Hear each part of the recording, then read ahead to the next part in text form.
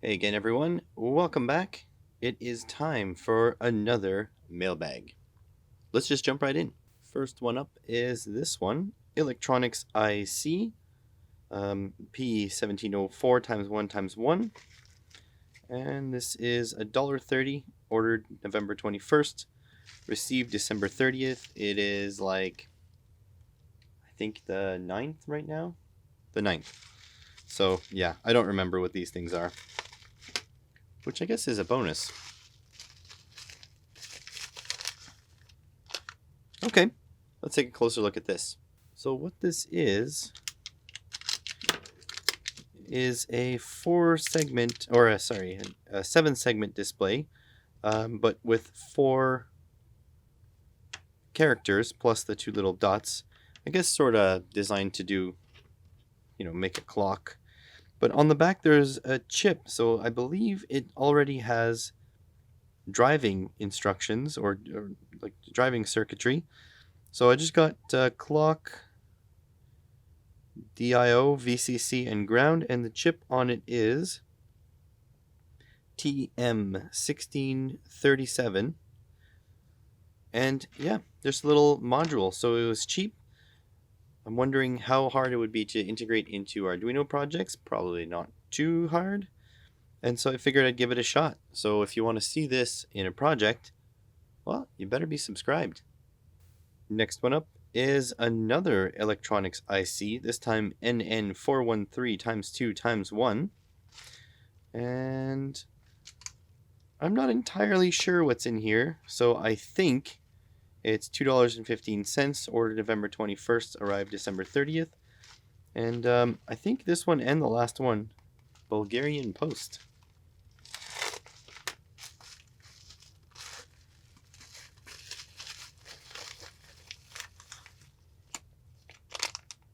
Okay, let's have a closer look at these.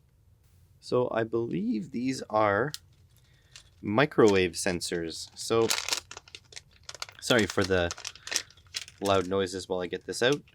So these are 2 boards, and yeah, I think these guys are proximity sensors in the same way that I've got a bunch of PIRs, but these are microwave based. It actually sends out microwaves and looks for reflections back, and when those reflections are different than what it had before, then it knows that something in the room moved. So this has nothing to do with infrared. That means I think you can trigger it off anything. It doesn't have to be a heat-producing body. And the chip on it is RCWL9196. There are a lot of components on these boards. It looks like we have 3v3 ground out, and then V in and CDS and RCDS. I'm not really sure how to use these, so I guess this will merit its own video. I don't think I can just hook these up and have them work right away, or else I would do that, but it kind of like goes beyond the scope of a mailbag. So again, if you want to see these in use, you better be subscribed. I am getting through this mailbag in blazing speed. So this here says car tire depth gauge tester times 2, and this cost me a whopping $1.98, November 11th to December 30th. Yeah, I don't think there'll be too much mystery of what's in here. So these are kind of exactly what it said.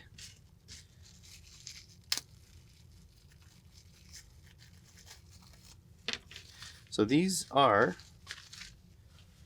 tools of the trade, tools of my trade actually. I'm a professional automotive technician, aka mechanic by trade, and these guys you use to check how much tread you have left in your tire. So I think I have a useful example here. If you look at this breadboard, there's a slot there. This device will measure the depth of kind of narrow channels or grooves simply with these readings on the side. So these are 30 seconds of an inch in black, which are typically what we use for tire measurements, tread depth in North America. In my specific province, it is, I believe, 2 seconds, 2 or 3. I think 2 30 seconds is below the limit, and 3 30 seconds where you recommend to replace. And millimeters on this side we typically use for brake pads. But basically how it works is you just basically tuck the little stem inside there, and it should line up approximately with the 0. This is kind of like an eyeballing tool, more like. And then you put it on your tire, and you push down the plunger until it hits sort of the depth of the groove between the treads. And then you can measure here. So this is 3 millimeters deep in here, or about 4 30 seconds. And on brake pads, 1.6 millimeters are the legal minimum, and I believe 2 millimeters for tires. So yeah, bought 2 of these. These things are the simplest thing ever. They're just a sliding gauge. That's all it is. And they cost about $6 Canadian locally plus tax. 2 of them for $2. I figured if they're not complete junk, I think I'm going to order a whole bunch, and they're not junk. So I will order a whole bunch, because you lose these things. They just stay in your pocket. You lend them out to the filthy salesman, and the salesman never brings it back. You know, these things are very useful. I'm going to buy some more. Let's go on to the next one. This one here gives us no indication of what it is, but I guess I figured it out because I have the info here. So November 11th to January 5th, $1.41. Hopefully it's something I can spend a little bit more time on than the other units. Ooh. Well, hello there. I don't think we need to zoom in. I think these guys are pretty big. Does it say here what they are? 10 amp, 50 volt diodes. So I think it was 10 of them for about $1. Yeah, these are thick boys. So 10SQ050 is the part number, and I'm not 100% sure if they are what they claim they are, but thankfully I have a tester for that. I really need to get my multi-voltage power supply built, because this is a kludge and a half. So I've got my little power supply here, which I still need to do a review on, and I will. Just, you know, you don't have to ask me every 6 months. I'll get it done eventually. I have it connected by croc clips to the 9-volt lead of my component tester, and the component tester, I believe, will have too hard of a time swallowing these, these massive diode leads. So there's no point in me bending them out of shape if that's not going to work. So I have these crocodile clips here, positive and negative. And these crocodile clips terminate in just an empty lead, which I can then stuff into this ZIF socket. It's quite the ordeal. There we go. I think that's in. Okay. Now let's see what the heck this gives me. Turn on my power supply. We have 0 to 1 milliamp flowing.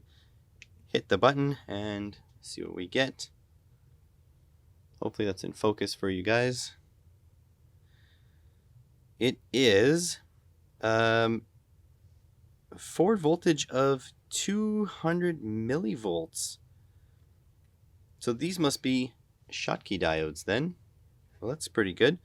And they're supposed to be able to take up to 50 amps. I mean, we will see if they can actually do that. I'm going to probably characterize these things in another video, but let's see if we have a similar forward voltage on another one. One there and one there. There we go, and press OK.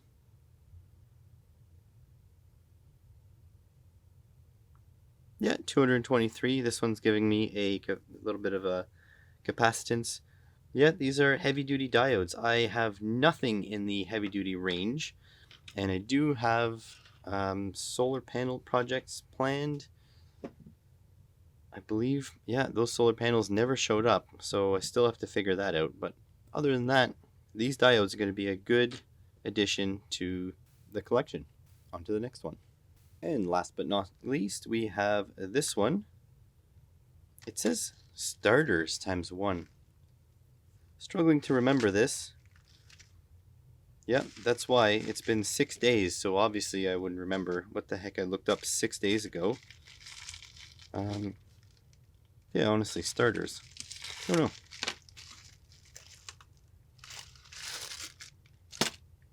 That's because this isn't starters at all. Let me just start off by saying, if you expect me to test this right now on Mailbag, you got it wrong. You know why? This is a PIR sensor, a lot like the other ones I bought, except I thought, hey, this one's pretty cool because it has this waterproof housing. At least, well, it looks waterproof to me. I don't know if it actually is. Oh, it probably isn't, but, well, maybe it is. I don't know. Regardless, so I put it on the list, and when it was time to do an order, I ordered it. Come to turn out that this is actually powered by 110 volts AC. And so this is a mains voltage device. And so I do not want to do something stupid. Let's just leave it like that. So I have a few items now that are 110 volt AC.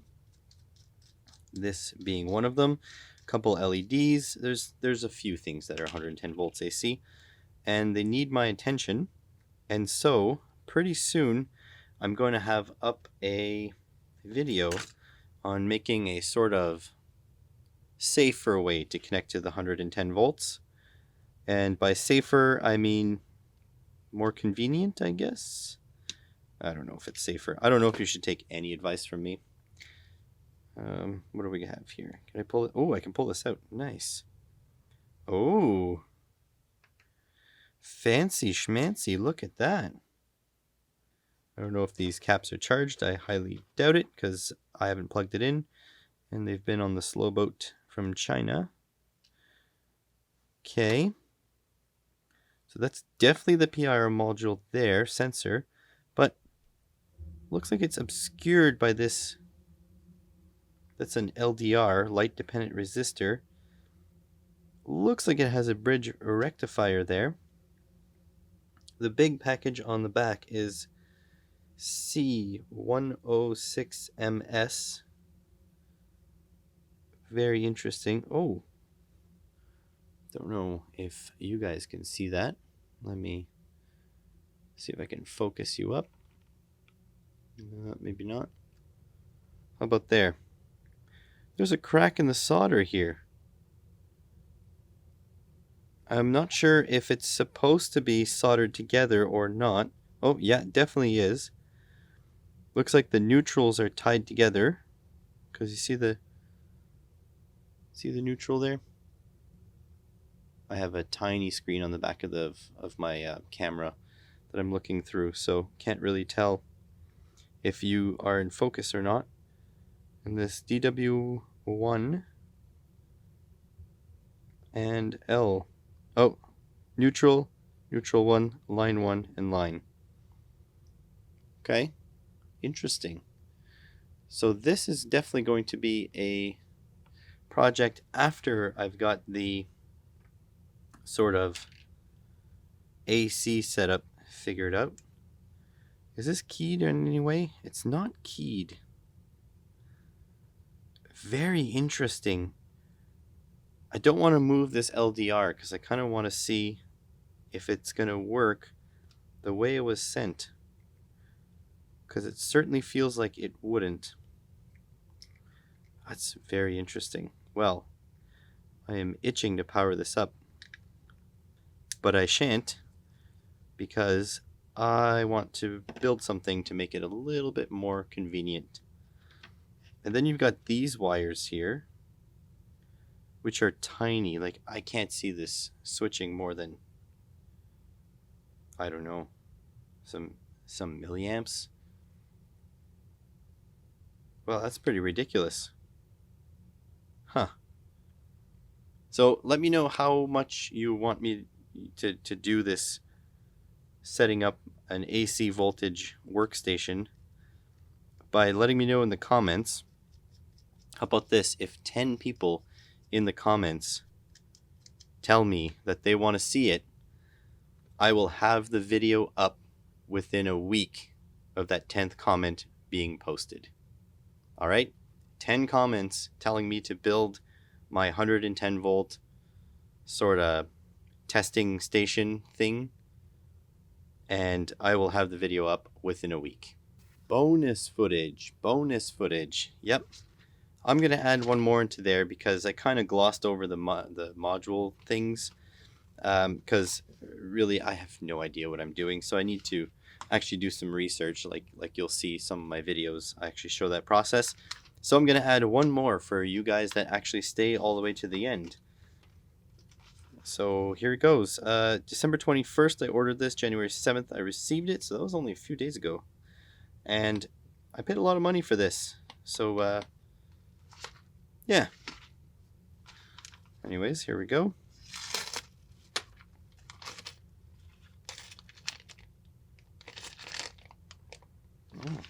All right then. What these are female BNC connectors. So there should be 10 of them. So they were about $1 each, which isn't too bad. But they're the window type. I don't know if you can tell, but there's a little window cut out of the exterior section here. And on the interior there is this female end there, the little gold section in there.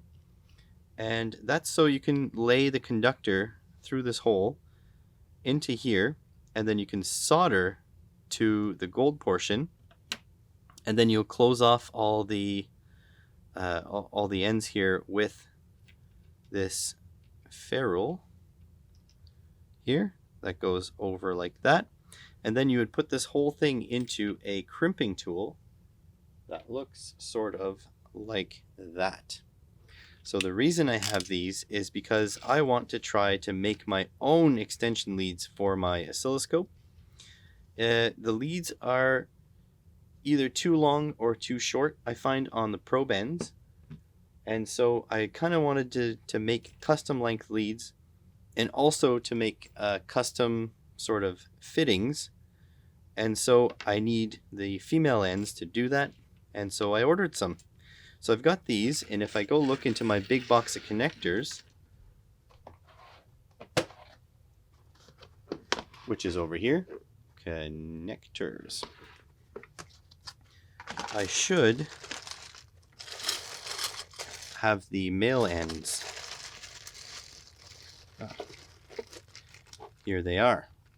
So I'm going to make some extension leads as soon as I get the right coaxial cable for it. I'll make a video about it, showing you how to do it. There's not too many videos using the crimp type. They typically use like the solder on types or the twist on types, but I don't know. I feel like crimps are a better idea. So anyways, video to come as soon as I find some cable. And so this assortment of items concludes today's mailbag. I want to thank my Patreon supporters for sending me the love and the money. Kind of putting some few dollars into the tip jar. I don't drink beer, but if I did, it would be my beer fund. And I want to thank all my viewers and commenters for sort of showing your support, because it makes me feel like there's actually a reason like I'm doing this. When my Patreons support me, and when my commenters write comments. So thanks guys, and I hope to see you guys in my future videos. In the comments section, that is. Thanks for watching.